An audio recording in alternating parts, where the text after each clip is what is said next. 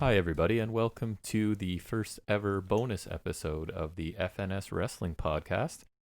I am your host, and as always, I am accompanied by my son Jackson. Say hello, Jack.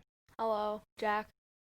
So, Jackson is dying of suspense because I've had an idea for a sort of a Yeah, bonus episode that we're going to review something that shouldn't take too long and should be I don't know what it is. So. lots of fun for the amount of time, or at least interest. We should get some pretty strong reactions out of it, probably.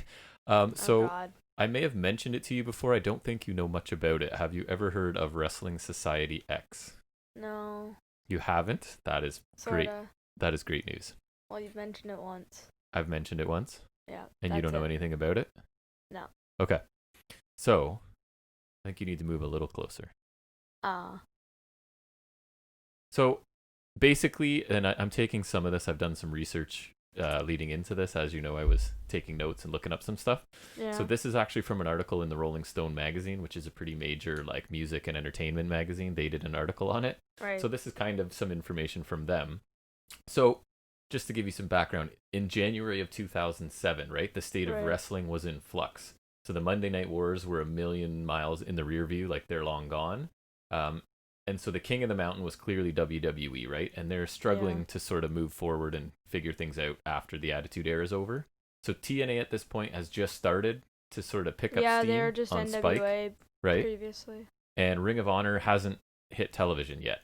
So WCW and ECW at this point are gone, right? And part of Vince is part Except of for WWE, ECW. right?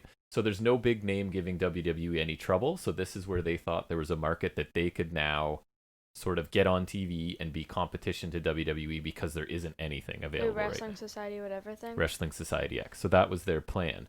So one of the producers, or the producer, I guess, of the show, Kevin Kleinrock, he said in the interview that there seemed to be this big crossover. So this will give you an idea of some of the what they're going for. Big crossover of punk rock fans and bands that were wrestling fans, right?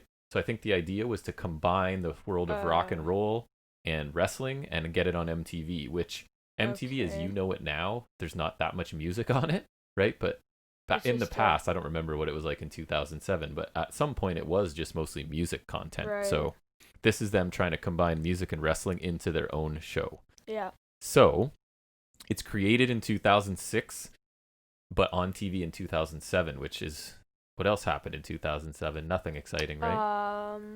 You were born? That's what I was going for. Yeah, I know. Okay. I was trying to think of anything. Oh yeah, Chris Benoit thingy. No, that's not what I'm talking about. Doesn't matter. I was basically trying to imply that your birth is also important.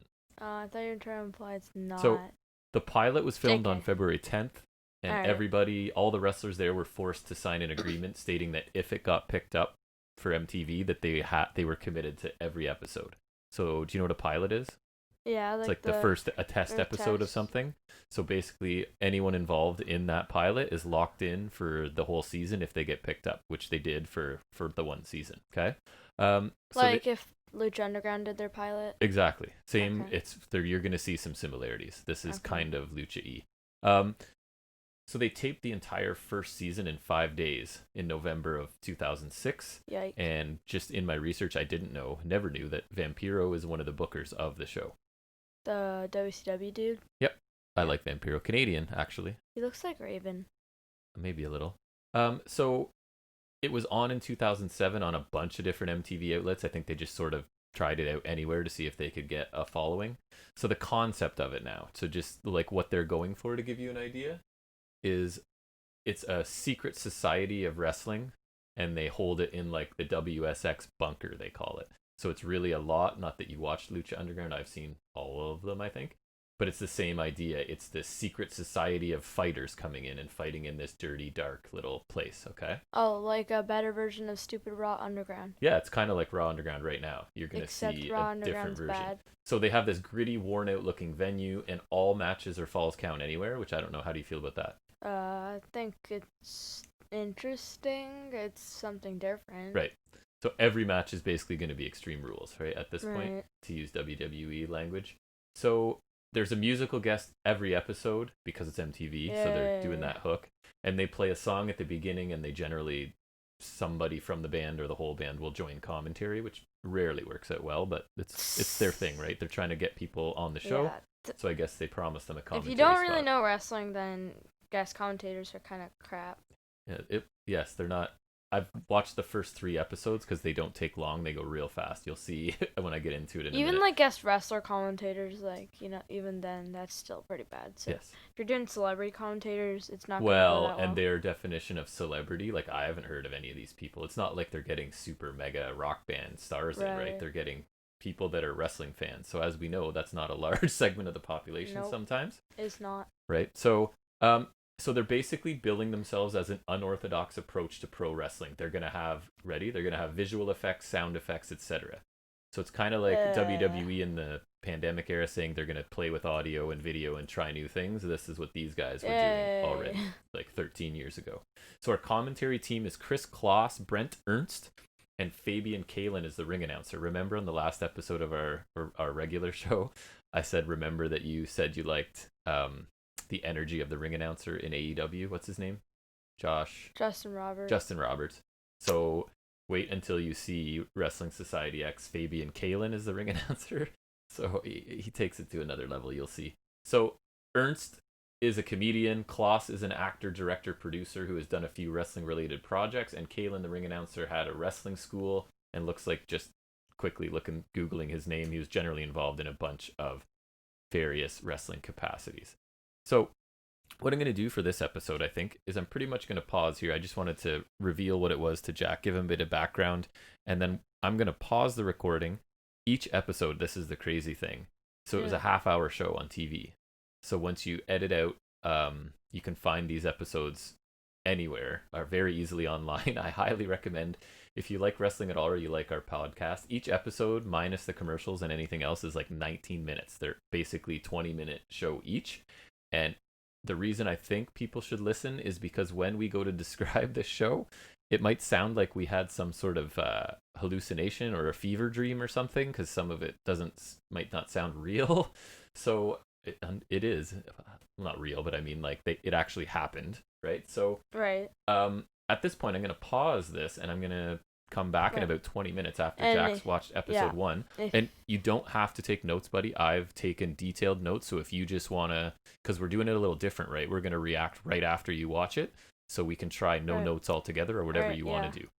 Because I've already gone through and taken detailed notes. It's a quick... And anybody's listening, just maybe pause now. And remember, it's Wrestling Society X if you want to watch it. Yep, and then episode 1. Come back around to see what we thought. And through the magic of technology, we won't be gone at all, right? So we'll seamlessly just come back and we'll be talking about episode 1. So yeah, I'm sure there'll be a time that will put a timestamp for the YouTube of the podcast so that you know when like the review is kind of up. Are we doing like wait, how many episodes are in the season? I wanted to do for this podcast episode 1 and 2. Okay. Right, so we'll knock off episode 1 now, and then when we have more time this week, and then we can publish it whenever we feel like it. So we're going to start with episode 1, and we will be back very shortly to talk about episode 1 of Wrestling. In like 3 seconds. Society X. So we're back, and Jackson has now watched episode 1 of Wrestling Society X, and we're just going to sort of talk about it. I took a whole bunch of notes, so he was just to watch it, and sort of I'll give the detailed rundown of everything that happened, and you can just add in your thoughts whenever you see fit. So we get the intro is a combination of heavy rock music, black and white highlights as the camera moves through a dark, dingy hallway. Would you say that's accurate? Yes. And again, this intro is like really, really short, right? Everything on this, they're trying to jam. It feels like they're trying to jam an hour or 2 hour show into 19 minutes, and it's... Even, like, if we were to watch an episode of the Goldbergs, it would be longer than this. Yes. Right? So they're trying to get a full wrestling show in 20 minutes. And that's insane. Not going to happen.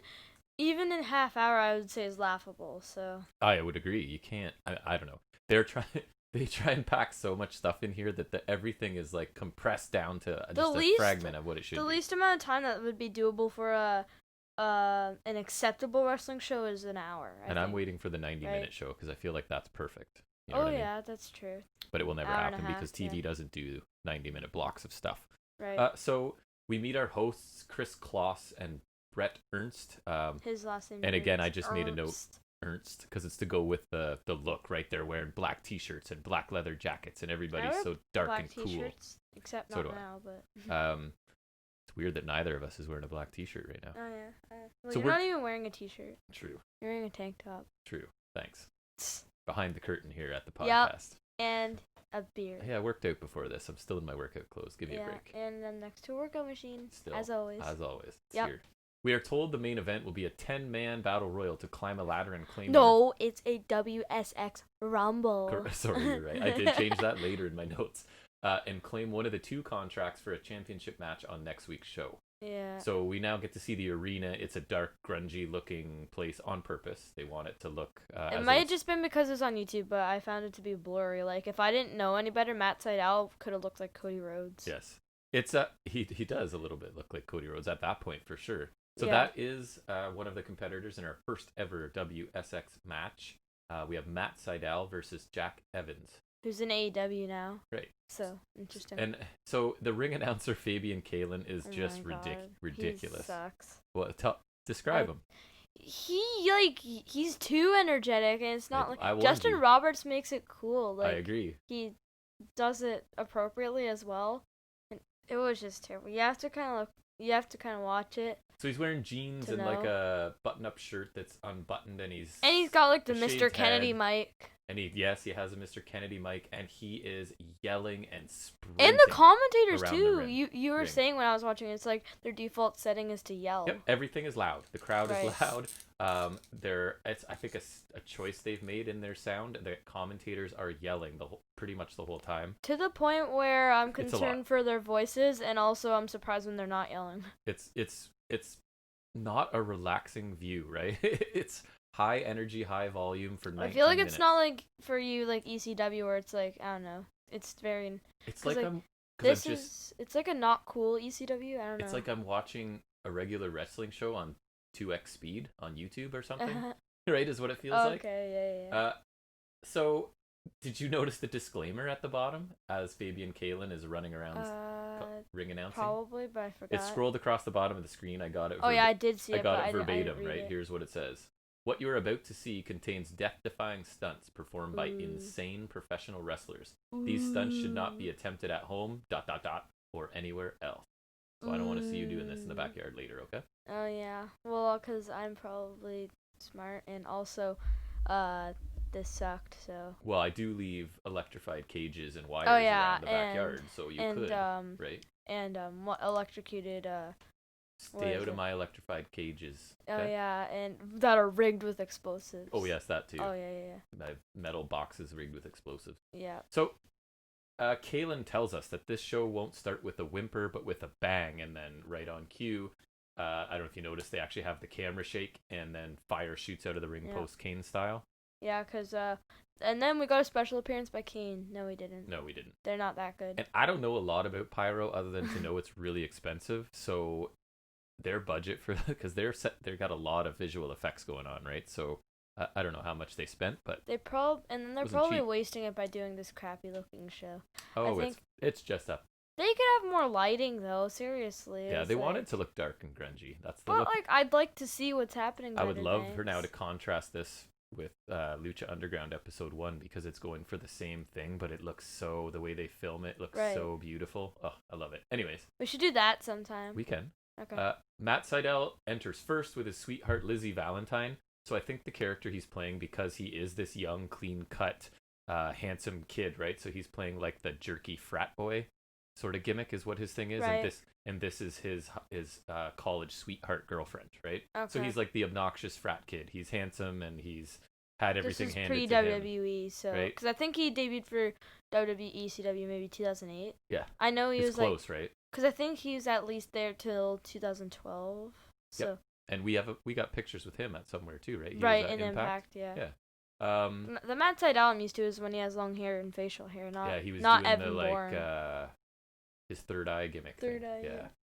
So Jack Evans enters next. I have Jack enters in Big Show's hand-me-downs ? Because he's wearing. He looked like if anybody's ever seen the show Fresh Off the Boat, he looks like Eddie Wong. So yeah, he's dressed in just oversized. It's like what Shorty G wears almost. But but that's his thing, right? He's a break dancer, that kind of thing. So Yeah, guitarist but Zach Wild, I don't know who he is. Look him up if you want I to. don't. I'm sure he's amazing. He joins the booth as Jack Evans break dances. So the match starts slowly. Nope, just kidding. Oh, might I Yep. add that the guest commentator, what's his name again? I forgot already. Zach Wild. I just read his name 5 seconds ago. I couldn't remember. Awesome. Yeah. He sucked. He was not great. And No. this is what I'm saying. When people are brought on to commentate on a wrestling show and they have probably zero to little idea of what the product is, it's really not great. And you're not trained in how to do it, right? They're just hoping somebody knows this guy and will like see that he's on here and watch it. Yeah, it's like if I did commentary on like something I knew like nothing about, like curling. Some people think things are easy, right? They don't understand professionals make it look easy sometimes. Not a lot of different fields. All right. So I was gonna say it starts out slowly, but no, of course not. It's immediately a drop kick by Seidel. He gets Evans in a powerbomb grip and flips him over the top ropes instead to the floor. Seidel hits a leaping, twisting flip. I think it's called a spaceman plancha. I was really hoping you would come in for that because I wasn't sure. I'm just like describing what it actually is. Ricochet does that, right? So yes. Yeah. So he flips over the ropes to Evans on the floor. We're back in ring, chops to Evans, who then reverses an Irish whip into the corner and hits a twisting handspring back elbow. He does that in AEW too. So the guy's an acrobat, right? It's incredible the things he can do. So he hits the back elbow to Seidel. Evans springboards from the top into a spinning heel kick by Seidel. The crowd and announcers are yelling the entire time. So we get this odd over one shoulder backbreaker applied by Seidel. I don't know if I've seen that. I don't know if I remember. It looked okay. The only good thing about everybody yelling would be for everyone to lose their voices so that you actually get silence. Yeah, it didn't happen. In 19 minutes, they can yell for 19 minutes straight, apparently. Yeah. Rope break and a spinning kick to the midsection by Evans. Tornado kick by Evans. Spinning handspring flip over top rope to Seidel on the floor. Oh yeah, Ricochet does a similar thing, but I think he does a moonsault. But when he does it, are there no mats on the floor? Because they made sure they pointed that out to us, right? There's no mats on the floor at WSX. It's extreme. Corkscrew splash missed by Evans. Seidel hits a pump handle short power bomb. I didn't know what to call it. I think it was just a pump handle slam. I don't think it was a power bomb at all. But he kind of like spun him and did it between the legs and sat it. I don't know. I was half paying attention. It was for two. It was pump handle something. Yep. Seidel hits a standing really big moonsault for two. Head kick. He like kind of hit him, and like when he landed on Evans, he kind of hit Evans with his crotchular region. But the height he gets on it, right, is pretty impressive for her. But I think the landing wasn't great. The best. No. Head kick to Seidel, and Valentine grabs Evans' leg as he tries to run the ropes. She gets dragged into the ring, and Evans uses her to jump off of to hit a tornado DDT, right? But then she sells that like he stomped on her or something. Right. It was a bit awkward. Yeah. Then we get the 630, right, in 2007. Another Ricochet That's thing. Impressive. Yeah. And Jack Evans wins the first ever WSX like match. 5-6 minutes-ish. So. And that's standard here. So this is what I'm saying is you take a bunch of good wrestlers and you say, you got 5 minutes, do whatever you want, right? So which makes it not great. There's absolutely no psychology. There's no story because, I mean, I'm just summarizing moves. When we're doing other shows, right, we're sort of talking about, well, here's the story they're going for, like Scorpio Skies. This even like between matches, they have no time. They hardly even have time for 2 good matches. You're right. I'm surprised at 13 you were like recognizing this stuff because it's just nonstop. Pedal to the metal. Like, there's just no room for story. It's just gonna be like matches, and none of them are gonna be good. I don't think. So it's capable guys. Unless they do like one match throughout the show, that's the only chance they have of. Right? They're capable guys. They're just coming in and doing spots for 5 minutes. Another thing I have to say is that, so you said all the matches are false camera, right? What's the point if they're gonna be like 5 minutes? Might as well just have a normal match. They don't have a lot of time to get anywhere. Right. So no, like, you're right. Even just a no DQ match with like pinfalls in the ring, like. You know, you don't have to put the false anywhere if you don't have time to use it. No, they really don't. You're right. So I have, this is insanity, zero psychology. This is what you get when you tell good wrestlers they have 5 minutes to do whatever they want. It is. It honestly feels like a highlight reel of a longer match, right? That they took like a 15-minute match and here's the highlight reel. But no, except like it would be like a highlight reel, but if it was like strung together, because like you know how highlight reels, it's like one thing and then cuts to something else. There's no cuts, right? It's like a cut-free highlight reel. However, now that we're saying this out loud, I wonder if I really paid attention and went back, maybe they were longer matches that they just cut some stuff out of. But I don't know. It does seem pretty seamless, right? So we're learning the value of psychology in matches because there's none of it. Yeah. Although given this is a 20-minute show, more or less, I doubt it's going to be cut like that. I bet this is just the match. That's what they did. It's just a sprint. Every match is a 5-minute sprint. Go. Yeah, it feels it's a sprint, not a marathon. Let's say that. I don't know how much you got of this. I had to pause on everyone because, again, it's like the tag teams. Everything they're doing should be it's like 25% of how long it really should be. So they're giving us a preview, quote unquote, of some of the tag teams in their company. I swear I noticed Tyler Black, Seth Rollins. So we get, and honestly, these are what on the screen for 3 to 5 seconds. Right, like the nameplates in like the Rumble. I noticed the Chaos guy is like his finisher. I think I thought it was a Chaostrophe, but it's off the screen so fast. I knew some lame Chaos pun, but so we have Keeping It Gangsta is one tag team. DIFH is another tag team. I feel like that's the one that Tyler Black's in.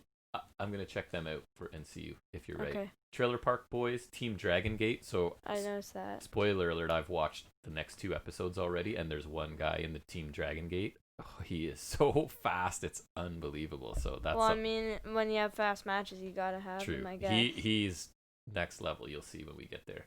And again, this is all accompanied by aggressive rock music in the background, and it's just quick cut. Like 3 to 5 seconds on one, boom, right to the next. They're just chained together. It's like, do you want us to read it? So you really have a vague idea of some names of teams and what they look like, exactly. And that's it. Okay, so then it goes right into more like quick cut, sort of videos. Weird, I guess. It's like in the old WWF days, they would do like those like in the Royal Rumble. I remember we were watching an old Rumble and like they did like the backstage kind of promos or whatever. Yeah. You know, it's like those, but like a fraction of the time. And one on top of the other, right? So it's Just Incredible says it's his night. Boom, cut to New Jack. See, the first one was fine because it was just like, it was very like, you could get makes it. Sense. Then they cut to New Jack threatening Hamrick. Boom. Cut to Teddy Hart. Is the past, present, and future of pro wrestling. Cut. One half of Chaos and Aguilera, are ready, and the other one's on the phone because the story is that he's distracted by women and he's constantly trying to flirt with women instead of focusing on his match. And then, so again, just super short promos piled on top of each other. And you don't really learn anything about anyone other than their name, maybe. So I don't know how Teddy Hart loves moonsaults. So it's main event time. Hey, already. At like 12 minutes into the show or whatever. And we're getting ready. So we get the WSX Rumble. We get the rules of the Rumble. So amazingly enough, wrestlers 1 and 2 will start. Well, that's different. No. I know, right? No. A new wrestler every 45 seconds. I was tempted to time it because there's definitely, I feel like they. Because like New Jack came in right after Hamrick. Yeah, and then I felt like the last guy and like came out like 10 minutes. No, well, there's nothing. Even 10 minutes, annoyingly so. Like they did a couple entrants during like their commercial break. Yes, they did. One guy, we'll get to it. One guy's entire Rumble appearance was on the commercial break. Oh yeah, the Puma. Yeah. So, new wrestler every 45 seconds. Contracts are in play once all are in the ring, so you can't be eliminated until everybody's in the ring. No, you could get eliminated because Puma got eliminated. Oh right, so sorry, you can't grab a win, contract, but you can lose. Sorry, you're right. It's like the Royal Rumble. You can't lose. Well, you can't win until it's at the end, but you can lose anytime. You know. That's right. That's fair. Except this one was bad. Wrestlers are eliminated when they are thrown over the ropes and onto the floor. They don't do any of the both feet have to touch the floor because that's hard to do when everybody's going. When there's cages rigged with explosives and what was the other one? The live wires. Oh yeah, the live wires that are electrocuted. Ooh. Terrifying. You sound scared. Are you okay? Oh yeah, I'm traumatized right now. So there are tables. Quote, live electrical wires in a cage, quote, rigged with explosives. I think it's rigged with pyro. And I have, okay. So the ring announcer is sprinting around the ring again. And I hate him. He's so bad. I warned you. Entrant number 1 is Just Incredible. So we get a quick picture. I'd like to say he's just incredible. So they put up a brief bio and a picture of everybody, right? Yeah, see, like, that's why I was only able to get the Chaos. It's so, like, it's just like, boom. It's there, you look at it, it's gone. And you're not quite sure what you saw. Thank God I already know who Just Incredible is, right? Entrant 2 is Teddy Hart, who's come from outside, who from outside the ring hurls a water bottle from a pretty good distance and hits Credible like basically Wonder if right it's in the edited. face as he just got his hands up. And I know Teddy Hart's a bit of a controversial He sure dude. is. So well, even in this, if you watch, I noticed some parts where he doesn't sell stuff. He just gets up to do his next move. He's not. And he's obsessed with moonsaults. He loves them. So punches and a drop kick from Hart. Hart does a huge moonsault and lands on his feet. It was just more of a backflip than moonsault. Then he gets super kicked in the face, which is kind of funny. Backflip, land on your feet for absolutely no reason. Right. Turn around and take a super kick. Right, like why? Yep. Just because he's getting his stuff in, man. Got to get his stuff in. Springboard moonsault by Hart. Right. Already. Chaos is next one out. Chaos is double teamed by the first two guys. So yeah, I miss his finisher. It's like the Chaostrophe or something. Yes. Or Chaos Again, we get half a second of his picture in a bio, and we're moving on. Yep. Hart no-sells Chaos's double clothesline. So it was kind of interesting because Credible sells it. Hart bounces right back up and then hits a cradle DDT on Chaos. Oh yeah, like the Rampage. Cool. You know, Paige used to use it as a finisher. What is it? Sorry. Paige used to call it the Rampage, and Nia Jax did it when she returned. Memory. It looks kind of cool. Yeah, it's a decent move. Shooting star press now by Hart to Chaos, who's being held across Credible's knee. Which is a moonsault variation, so that was also annoying. Yeah, flip, flip, flip, flip for Teddy. Vampiro is entrant number 4. And you said he's a booker, right? So he's a booker, and they comment on how big he is compared to everybody else. And Teddy Hart, I must say his ring attire was not very pleasing. It was a weird pink, and then also just like baggy. You might not know Kwee from WCW. Alan Funk. His pants were similar to early WWE Rey Mysterio. Yeah, he used to wear the big. Except those look cool. The man is super talented in the ring, but he has trouble staying with promotions for various reasons, I think. Isn't that a similar issue with Austin Aries, I heard? Yeah, it could be. They're hard to work with sometimes, and maybe some other stuff. Anyways. Sorry. Vampiro is number 4. He takes out everybody with the clotheslines, a spinning heel kick, and a choke slam. Puma, so coming back from a commercial break, we're told Puma was entrant 5, but got thrown out immediately by Vampiro during the commercial. So he got a payday for doing nothing. I think Vampiro looks like Raven with face paint, as a person. It's that similar dark loner character, right? So, I just think even his face looks like Raven with face paint. Alcatraz, which in brackets I have 3/4 Warlord, because he looks like the Warlord and he's a really big dude, but Warlord was insanely huge. So he's their big muscle guy, right? Alcatraz, the name is not very. Well, it's the name of a prison, so I think that's the idea. Okay. So he enters 6th and gets taken down by a leaping elbow from Vampiro. 6-Pac enters 7th. Oh my god, his name was so confusing. I thought it was gonna be 6-Pac, and it's like a pun on 6-Pac, but then Dad was like, because in WCW he was 6, right. And then in WWE he was X-Pac after being the 1, 2, 3 kid. So they could have called him 1, 2, 3 Pac. 1, 2, 3 Pac. So he hits a heel kick to Credible right away. X Factor to Vampiro. X Factor to Credible. Yeah, he did 3 in a row, right? Get your stuff in, man. You only got 5 minutes. Just start spamming finishers. That's what it is. Right. 6-Pac chops and stomps Hart into the corner and hits a Bronco Buster. God, yeah. I haven't missed seeing that. Listen, X-Pac. Didn't he split his butt with that? Yeah, at some point. He takes a lot of grief. But he's an awesome wrestler, and if you go back and look at some of his European title matches back in the day in WWF, he was awesome. Right. So I like him more than some do. I think if the show was longer too, they could have more entrants and maybe yes, more anything, more everything, more something. Right. More backstory. So Chris Hamrick is entrant number 8, and then my next note is immediately New Jack is number 9. That was weird. Question mark 2 seconds after Hamrick. I thought he was just coming to attack him. I think they're saying that New Jack doesn't care about the rules and he wants Hamrick, so he's going to get him. But they don't say anything like that. But why does he want Hamrick? That's where commentary needs to explain that to us, right? But they don't have time. There's people. Yeah, but they don't explain why does he hate Hamrick? Is this some blood feud from another promotion that we've missed? Kind of do, and I have that in my next note. I didn't miss it. They imply that Hamrick is a racist and that's why he has issues with New Jack. Right, he's something like, he's a good old country boy, and that's why he has a problem with New Jack. So that's what they're trying to say. So New Jack beats on Hamrick right away. That's his sole focus. He's not interested in anything else. Hamrick ends up explain that more clearly. I agree. Though. They just don't have time, right? Right. Hamrick ends up on the apron, takes a forearm to the upper back by New Jack, which somehow propels him into a front flip through a table that's outside of the ring. So he's eliminated. Maybe he just felt like somersaulting through a table. You never know. Sometimes, right? He's a country boy. Right. New Jack jumps down and eliminates himself because he's so focused on getting Hamrick that he just kind of stands on the apron and then jumps down to continue his attack. He's so focused that he's always willing to beat up a referee for some reason. Yeah, so he's not happy with the referee. So what does he do, Jackson?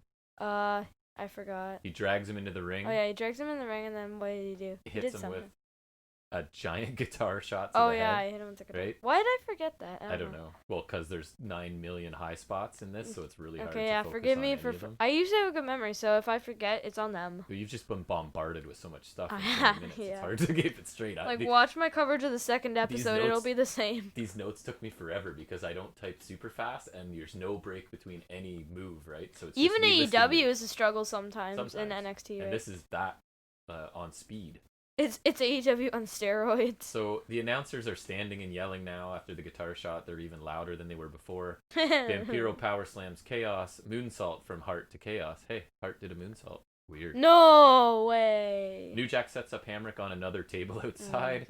Alcatraz and Chaos get hung up on the rope.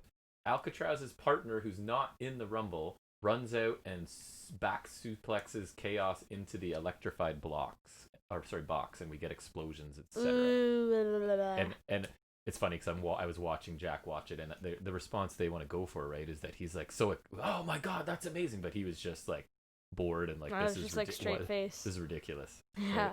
Right? So Alcatraz then gets kicked off the apron by Vampiro and goes through another table. Hart hits a tornado DDT to Vampiro. Entrant 10. So this is the one where I felt like that was longer than 45 seconds, but who knows? This is like a time warp. You can't. And New Jack, it's like 1 second, right. Boom. So Youth Suicide, who comes in with a bucket of tacks that he immediately dumps onto the ground. Hart is eliminated by Credible. Oh, and by the way, the ladders are in play now because the last entrance. Right, last entrance in, so we can now the ladders. And they're not quality ladders like WWE because like they're like the ones with the orange edges, kind of like the ones I saw at ringside, but like. Yeah. You know what I mean? But they're like actual ladders. Well, whereas WWE can pay for gimmick ladders. Right? Yeah. Although they still hurt, but like what I mean. Where they'll break, like because unlike AEW, the one time, remember Sammy Guevara did the splash and like on I think Darby Allin, the ladder didn't break and it looked epic. Yes. Right. Like that would kill. Yeah, and like. But it still hurts. My point is though that it's like probably bought ladders from like Home Hardware or something or like. So Hart takes a backdrop over the ropes by Credible, and he's eliminated. Oh, sorry. It was through a table. I know that. I probably don't even have to say that at this point. Nobody gets eliminated and doesn't go through something. Right. There's like a bunch of, mostly tables. There's like 2 tables next to each other, and then like you got like one guy I think got thrown over a table through a different table, and like. It's just stuff everywhere. Table. Youth Suicide sets up the ladder and starts to climb it, but he's grabbed by Vampiro, and he's powerbombed onto the tacks that he brought into himself. Six Pac grabs the first contract just that quickly, right?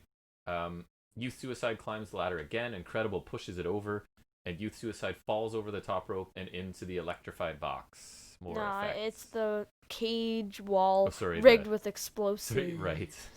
I get confused. I'm willing to bet anybody $10 that this is rigged with pyro, not explosives. I would think so. I'm kidding. I'll bet you $5. So Credible suplexes Vampiro, who pops up and hits a boot to Credible's face.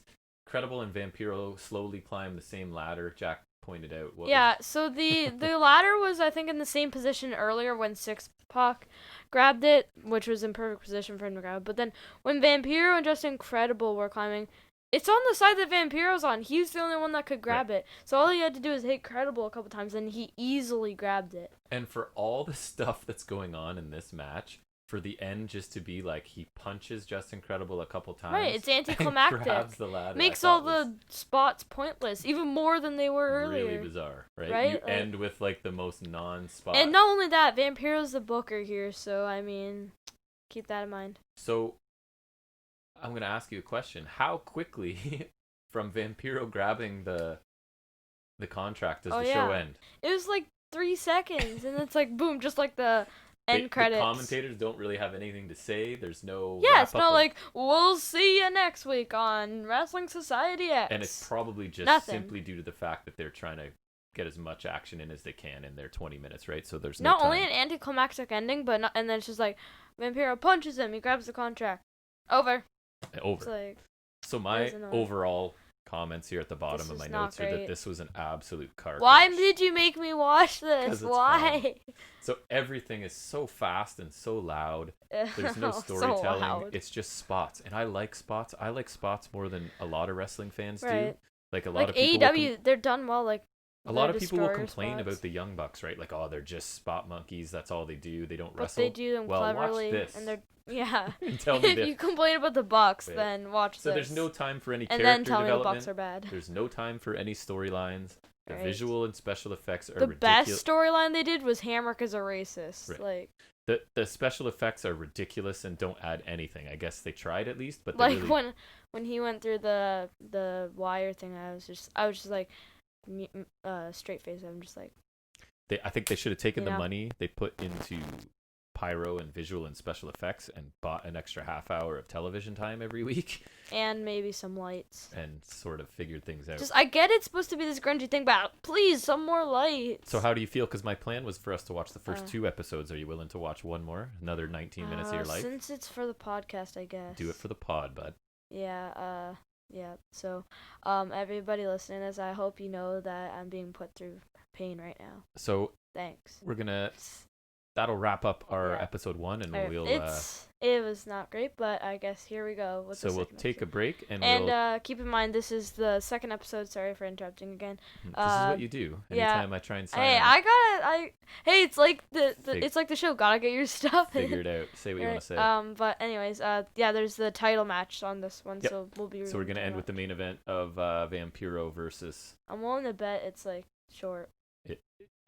Spoiler alert, it is. I can confirm. Yeah, you said it was like 5 minutes. Yep. I was watching episode 2. I looked, the main I event's can't wait to starting. see how much crappy time's the left? belt 5 is, too. minutes. I bet the belt's gonna be so bad. I don't even remember if we see it or not. We'll have to see. But it's a title match! So anyways, we're going to wrap that up, and we'll be back shortly. We will be back in about the time that they're from their last match to the outro. So we'll be back in 3 seconds. Yep, so we'll come back, and we'll discuss episode 2 of Wrestling Society X. And we'll be back in 3, 2, 1. Boom. All right, so we're back, and Jackson has just finished episode 2 of Wrestling Society X. How do you feel about it? Just over quickly without... Let's just say I like the first one better, and the first one was not great either. Right. Yes, he did. He said it wasn't as good as the first one. So we'll see. I've got my notes ready. I watched it a while ago, so this will refresh my memory. It was funny. I'm sitting across like a 2-foot table from him, looking into his face as he watched the finish to this show, which it's so bad. Let's suffice it to say it didn't get the reaction they were hoping for. Yeah. So the we'll get there. Don't spoil the ending. I know, but I'm not going to say it. But the electrified wire thing from last week was just because I don't know, it's just whatever. But then this one just looked so fake, and it was just it kind of we'll get there. It kind of takes away from the end, I thought, as well. So to start off the show, we get a loud yelling recap. Yeah. Of the previous episode with tons of crowd noise behind it. In a word, I find these shows to be somewhat obnoxious, right? They're just really loud and in your face, and I don't know. I guess that was what they were going for. Yeah. So we get Vampiro and Six Pack fighting for the championship tonight, right? So that on paper sounds pretty good, right? They're 2 good wrestlers. Are they? I've never seen Vampiro. He's really. good. Okay. I think he's good. X-Pac's good. Okay. Sorry, yeah, Six Pack, Six whatever. Yeah. So we get our usual musician co-hosts. So did you notice who they were? I forgot their names, but they. Oh, come on! You don't remember Juicy J and DJ Paul of the 3-6 Mafia? Yeah. So I don't know anything about them. They're there. They are there. Their interactions are limited, to say the least, I think. The one time you said the skinny guy as he was referring to the Hawks guy. Luke Hawks? Yeah. Yeah. Yeah, they don't say much, but that is one thing they noticed. They pointed out that he was skinny, right? Yeah. So it's funny because they welcome these hosts, but they literally don't say a word. Once they're introduced, they don't get to say anything. And then, of course, we don't have time for anything, so it's straight to action in the ring, right? Where we get your favorite guy. Who's your favorite guy? I hate Fabian Kalen. Fabian Kalen, again. He's terrible. He's still just as hyped to have in my notes. And this time they seem to find a way for him to have one line that leads to the camera shake and the explosions, right? So I forget what it was last week, but this week I remember it's different. This week it was tonight we'll set the world on fire, and as he says fire, right, the camera shake and the ring posts are on fire again. Yeah. So every week, if we end up watching more, you can look forward to him maybe coming up with a new phrase at the beginning of the show to cue the fire. It's going to be fantastic. It will be. Listen to the excitement in your voice, eh? Yeah. I don't know if you're going to want to review all 10 episodes of this. No. Well, I guess we could switch to something else. You want to backstock some bonus episodes, so I guess I kind of should. Well, we don't have to keep doing this. We can switch to other things that are... You look like you suffered through this. I mean... Would that be wrong to say that? No, not at all. So first to the ring from New Orleans is Luke Hawk, right? Hawks with an X. With an like X, a cool sorry. boy. Yes, because 2000s were about putting X's on things to be cool. And then Zs. And then 2000s like LOD 2000, WrestleMania 2000 and other stuff. And Zs for like on boys and things like Hardy that. Boys, Dudley Boys. Yeah. So... They recap that Hawks is Alcatraz's partner who interfered last week and ended up back suplexing Chaos into the live wires or the box that was exploding, which was at live wires. Right, which was just amazing. The human tornado comes out in a suit and dances and removes his jacket while dancing. And his finisher is the dreaded tornado DDT. Right. What else would the human? This is a terrible finisher. It's such a basic move. It's just like a lot of people do it. They do. It's just terrible. Well, we see multiple ones in this show, I think, right? Right, or like I don't know, but I know like it's just like and like the finish to this match is very anticlimactic.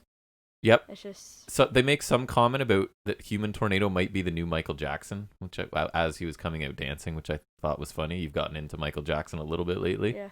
Yeah, he's definitely not the next Michael Jackson. Got like 3 matches on this show. Cause right. Last time they did jam in 3 epically long matches right into this 19-minute episode. Marathons. Yeah. So we do get Human Tornado versus Luke Hawk. We got a pop-up. A pop-up low blow has no effect to the tornado, as they said he has balls of steel. Did you catch? That was dumb. So his gimmick is you can't hurt him by a low blow, I guess. Mm-hmm. Cool. We get a T-bone suplex by Hawk, a jumping kick to the head for 2. Head scissor. Hawk head scissored over the ropes into the floor. Low drop kick. That was weird. And a huge front flip. He can jump really high, the Human Tornado. Huge front flip by Tornado from the ring to halfway up the aisle I had. He got a tremendous amount of distance he covered out of the ring. Spinning heel kick to the head by Hawk. Reversals and a Tornado DDT by the Human Tornado for the win. Yep. Like I said, anticlimactic. Yeah, it was. It's just a sprint, right? It's just 2 guys getting a few moves in, and I don't know if there's big plans for either of these guys, so it was not much. And then post-match, right, we get Aaron Aguilera. I don't even know what happened here. Let's just... Aguilera, it's funny, right? Because you're saying before we started recording, there's just so much stuff flying at you. It's like asking you to focus on a single snowflake when you're standing in a blizzard, right? It's really hard to remember what happened on the show, and like, you just watched it's brain overload. It really is. So Aaron Aguilera rushes to the ring and attacks the Human Tornado. Chaos and Alcatraz show up too, so now there's a whole bunch of people there, and Alcatraz is set up on a table, but Chaos is perched up on the ropes, takes a kick to the head, and crashes through the table. So yeah, it's like he just jumped. It's like he thought he was Darby Allin and just tried to do a coffin drop through the table. Right. And it's kind of like, hey, we're 5 minutes into the show and no one's gone through a table yet, so it's time. Oh, yeah. We're overdue for how many tables were in the first episode. I wonder if the Dudley Boys were bookers with Vampiro. I don't think so. They had nothing to do with this. Next, we're gonna get the 70s team versus Team Dragon Gate. Literally, their name is that 70s team, so it's not very, very not super creative. It's very to the point. Well, it's because there was that 70s show was a huge deal probably around this time, so they're sort of playing off that. Literally, that's what it's called. The title is That 70s Show. How creative! It was huge when I was younger. Not a bad show. So we get a promo before that though with Teddy Hart and M-Dog20 Matt Cross, who I wasn't sure, but you did notice right away that is. Just the name recognition. Son of Havoc, right? Yeah. Who I really like. He's from Lucha Underground after this, I guess, right? Yes. Have to be, because he doesn't have his beard yet. Yeah, so I don't... this tag team is interesting. Both of those guys can really wrestle. So, and I noticed it was actually almost a normal full-length package. Remember, as last week or last show, it was like 2 seconds long each one. Right. This one was almost a full-size promo, I thought. That'd be a first for them. It was. They did it again later, too, I made a note of. So we get that 70s team, which is Joey Ryan and the Disco Machine. I mean, Joey Ryan, we've both seen all over the place. Right. Disco Machine, I honestly didn't know. I looked him up. He's just sort of an indie worker from around that time. versus Team Dragon Gate, which is Horiguchi and Yoshino. Yeah. They're okay. The Strong Hearts are probably something like similar to them. Yeah, probably better. kind of idea. Except better. And Yoshino was insanely fast. Like when he was running the ropes, it's nuts. So they're saying that rumor has it Team Dragon Gate, this is one of the things the commentary told us, Team Dragon Gate are so deadly and so fast that opponents often have to review the tape in slow motion after the match to find out what happened to them. So yeah, it's just another one of those stupid kayfabe things that they just tell you. And I feel like even with WWE, they don't go this stupid. No, they're trying. It's just not great. You get what they're trying to do, but it's just too much. It's like it almost feels cartoonish what they're trying to tell you. Well, I think you could say they're so fast that you don't know what happened, but not that you have to go and watch video in slow motion, right? Like that's taking it a bridge too far. It feels like. It's just like I don't know. It's just. Even then, it's just like it was just not great. No, it's that the commentary. I will say they do a decent job of calling a lot of the moves because sometimes you'll watch an indie promotion and they have no idea what any of the moves are. So they do that to a decent degree, I think. But just the energy level and the yelling is a lot to take. So yeah, Fabian and Kalen. Horiguchi and Ryan start out and there's no real advantage established. So Yoshino tags in. I have that he's crazy fast, runs the ropes and hits a drop kick. More rope running and Yoshino dodges Joey Ryan's dropkick this time. Ryan has asthma and takes out his inhaler in the middle of the match and tags out. I don't know. If that's comedy. It was nothing. It was not hilarious. It was not interesting. It was not entertaining. No, it happened. Disco Machine starts to dance but takes a drop toe hold and a basement drop kick. Double team and kicks out at 2. More dancing and an elbow drop by Disco and he tags out. Standing elbow drop for a very close 2 count. His offense was really limited compared to, I feel like, almost everyone else we've seen in this promotion so far. This Disco Machine didn't really do much. Yeah. Ryan gets his trunks pulled down by Horiguchi in a roll-up, and Yoshino hits a lightning spiral, which I have in brackets the sling blade, right? I think is what it is, for 2, and Disco makes the save. Horiguchi plancha onto Disco outside, while Ryan hits a tilt-a-whirl slam for 2. Super 70s super kick and Ryan pins Yoshino. Horiguchi immediately grabs a disco ball. I have like we somehow know this is meaningful, right? There was, correct me if I'm wrong, they did not show the disco ball before this. No, they did in like an entrance or something. So, they did? I didn't even notice it because it just randomly seems like he grabs this disco ball and smashes it and we're just supposed to understand that this is like the Undertaker's urn or something. It's so important. No, it was just like, it was in their entrance, I think, so. Okay, so I don't know. That match seemed like them trying to do a little bit of comedy, maybe, with Joey Ryan and getting his pants pulled down and the asthma inhaler, and you're just shaking your head. That doesn't come well on a podcast, eh? Yeah, I know. This is not great, and like I said, it wasn't very interesting or entertaining. No. So next we get another promotional video. They're pushing tag teams, so this time it's the Trailer Park Boys. The video is in the trailer park. Oh, I hated this. Yeah, this was. I didn't understand anything, and I was also half listening. So had the same question as me. You're like, who's Johnny Webb? Because you're kind of talking out loud while you watched it. And I feel like I recognize the name, or maybe I'm thinking of that basketball guy, Spud Webb. Maybe. You could be. Go Raptors. They're up 1-0. So Johnny Webb, who we don't really know, is just at the trailer park, and he's talking about a couple adult boys who should have jobs and goals, but they don't. So then we meet them, and I guess it's Josh and Nate. They're the team and Johnny's their manager, I guess, even though they kind of in their conversations sound like they don't really like him or respect him. So I don't know what's going on there. I don't. They're going to be big stars, but they end this segment fighting with each other. So it's the idea like these kids can't even get along with each other, let alone survive in a tag team match, I guess, is what they're going for. It's not great, but again, I guess they're at least trying to build it. They did, and again, it was a longer segment, right? Like it was almost. I guess I can appreciate that, but good effort, but no, good in theory, not in practice and execution. Right. Yeah, that's fair. So we get the main event now, which is Vampiro and Six Pac for the first ever WSX champion. Yeah, so it was kind of hard to see the belt, but like when I got a decent glimpse of it, it looked fine. It was like, I don't know, for such a crappy. I thought it looked okay too. For such a crappy promotion, it's good, but the skull on it's a little bit much, but yeah, it actually just it was very hard to see, and it was just like the overall belt. It was just cool. Okay. So yeah, I have Fabian runs around screaming, carrying the belt above his head. And I was struggling to see it. So I made a prediction here, and in my notes it says, I bet Jack pauses to look at it, but you actually didn't pause it. Because he told me I did tell him there was a better shot of it coming up. So I was able to just kind of... So the competitors are introduced in his high-energy style, as always. The ref shows the belt up close, and I put skulls, question mark, on it. And Jack did confirm there is a skull on there. Yep, right smack dab in the middle. So another thing they do a terrible job of explaining or introducing or anything, we come back from commercial, and they're just like, a casket is beside the ring now, and this is a signature of Vampiro. That's what Vampiro does. Right? So Pretty sure that's a signature of Undertaker, but... That's the entire background we get is, it's a signature of Vampiro's. No time to explain. Let's go, right? It just... We're back from commercial. There's a casket. I'm pretty sure it's Undertaker, not Vampiro. So the two start with a bit of a shoving match, and then we get a spit to Vampiro's face and a spinning kick. Yeah, it was like the mist, but it was like not a color. So it's it was just like, I don't know if he's holding water in his mouth or a whole lot of spit, but one or the other. Headbutt and a big kick from Vampiro for 2. Sit out powerbomb for 2 by 6-Pac. Bronco Buster. Ugh. My favorite. He tries to do another, but gets caught by the neck. A low blow by 6-Pac. It's the PTF. Big boot by Vamp.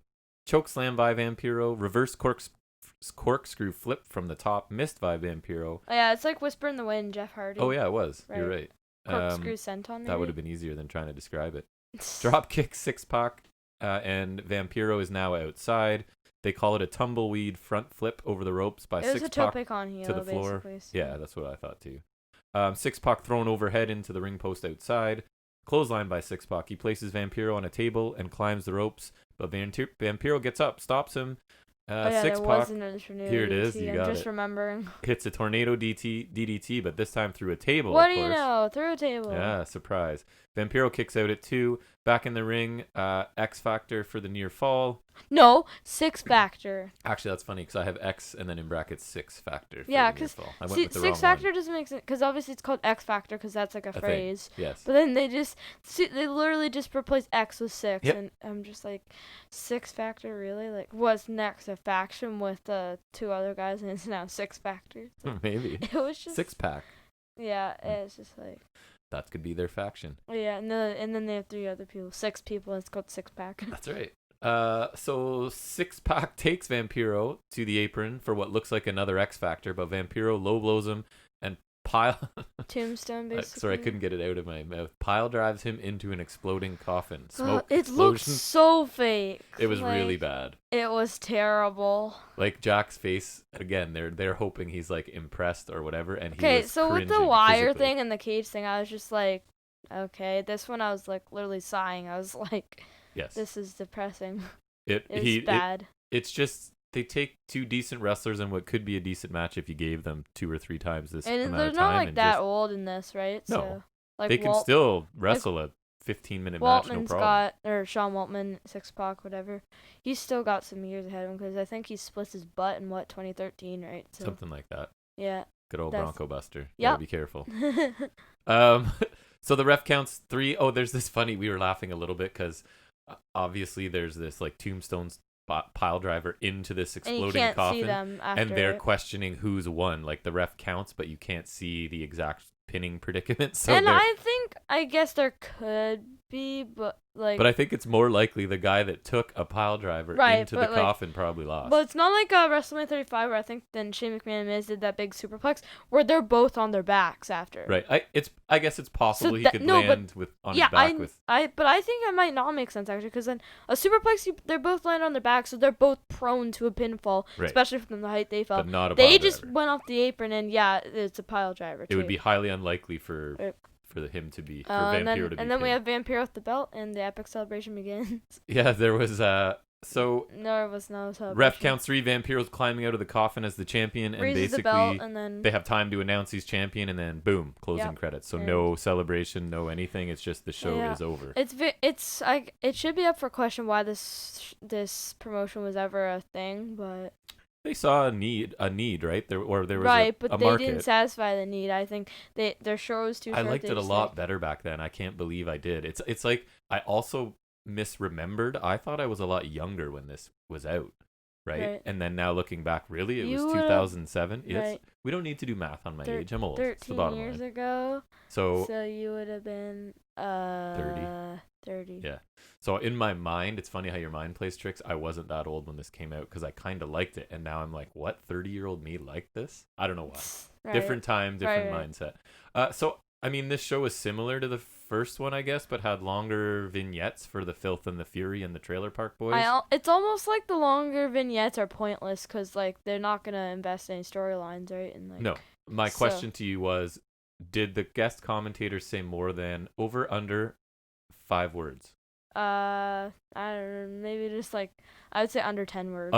Other than that first thing you said when they called whoever skinny, Luke Hawx, I don't remember him saying one word the whole, which is actually probably fine, right? I don't really need to hear the guest commentators. They probably suck at commentary, so. Everything's still really loud, still very dark. There's not much time to breathe. You're kind of glad it's only 20 minutes. I understand it's this dark promotion, but again, a little more lighting would be nice. Yeah, like just to so that it looks like there's some effort put into this. I think they had a lot of ideas and they didn't really execute many of them very well, but yeah.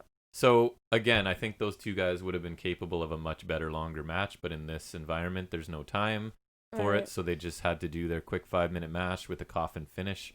Probably limited what they wanted to do. Right. So, I don't know. Do you have any final thoughts? That kind of brings us to the end of this. This is bad. So, I did not like it. We're again wrapping up this bonus episode. Jack did not really enjoy it, and it was interesting for me to go back because, like I'm saying, I did not like this as much as I did back when it was originally out. It's interesting for review because it's obviously terrible, but like, if I was just going to watch this, I wouldn't.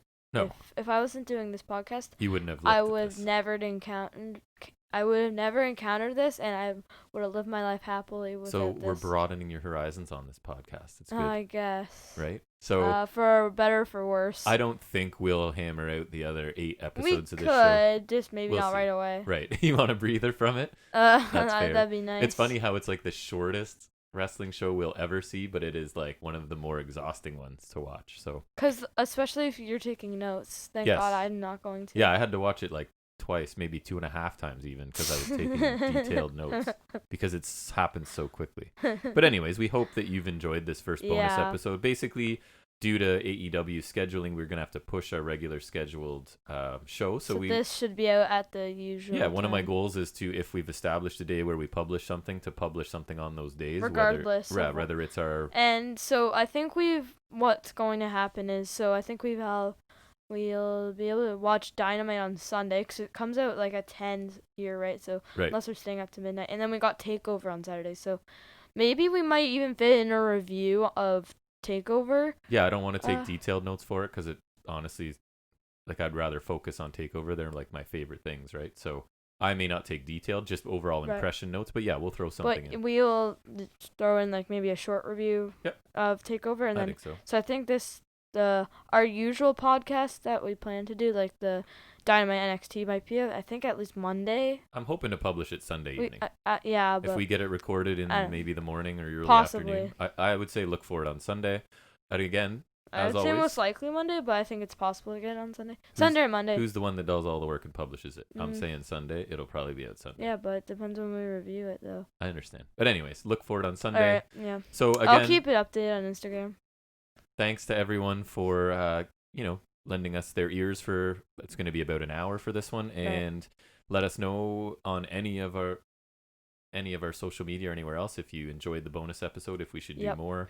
As always, you're probably listening to this on YouTube at FNS Wrestling. You can also find us on Podbean at FNS Wrestling. You can email us at fnswrestling@gmail.com. And Jackson, we have Instagram. And that's FNS_wrestling_podcast. No caps on that. So yeah, thank you very much for joining us. You'll have to forgive Jack's lack of enthusiasm. He did. This was not. In my defense, it's, if you want to figure out why I don't have enthusiasm for this, go watch it for yourself. I wouldn't recommend that. Maybe check out 5 minutes and you'll understand. Actually, I wouldn't want to torture you guys like that. Don't watch it. Just maybe watch highlights, which would be like 5-minute video. Yeah. Well, I don't know. That's gonna wrap it up. Thank you very much for listening to us, and we'll see you next week when we are back with our regularly scheduled schedule. Yeah, hopefully. All right. So take care, everybody, and we'll see you soon.